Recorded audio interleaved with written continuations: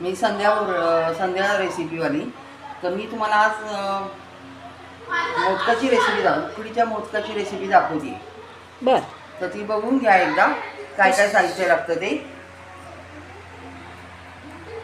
2 हे बाउल भरून पीठ घेतलेले, अर्धा कप दूध आणि हे तूप 1 चमचा.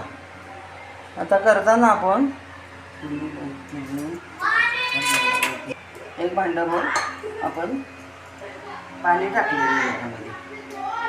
बर. एकच भांडं पाणी घ्यायचं आहे का? एकच भांडं पाणी घ्यायचं. उकळी येईपर्यंत जरा वेळ थांबायचं. तोपर्यंत आपण इकडे सारणाची तयारी करून घेऊ. सारण करताना खाली कढईमध्ये थोडंसं तूप टाकायचं, म्हणजे सारण लागत नाही. थोडंसं तूप टाकायचं. तूप टाकल्यावर गूळ टाकायचा. गूळ तुम्हाला हवा तेवढा घ्या. शक्यतो जास्त गूळ आम्ही घेत नाही, आम्ही खात नाही म्हणून कमी घेतलेला आहे गूळ. कमी म्हणजे किती? 1 बाउल भरून हे सारण आहे, तर अर्धा बाउल भरूनच सारण म्हणजे काय? खोबऱ्याचं हे खोबरं घेतलंय का?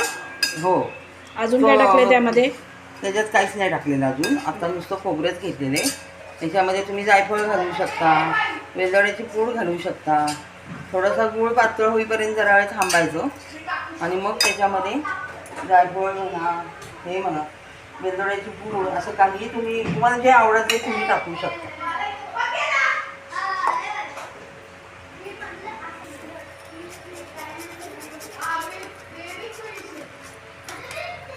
तुम्हीच थोडंसं जायफळ टाकायचं, कळत ना कळत. इतपत पातळ जरी झाला ना तरी चालतो. आणि आता त्याच्यामध्ये आपण हे खोबरं घालूया. खोबरं सगळं मिक्सरमधून काढून घेतलं तरी चालतं. तुम्ही वेळेवर हे चव काढला तरी चालतो, जसं तुम्हाला जमेल. ओलं खोबरं आहे का? ओला नारळ आहे. ओला नारळच घ्यावा लागतो उकडीच्या मोदकाला.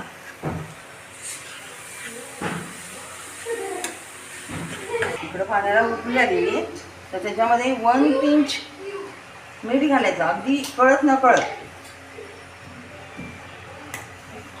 ते घातल्यानंतर 1 चमचाभर तूप घालायचे.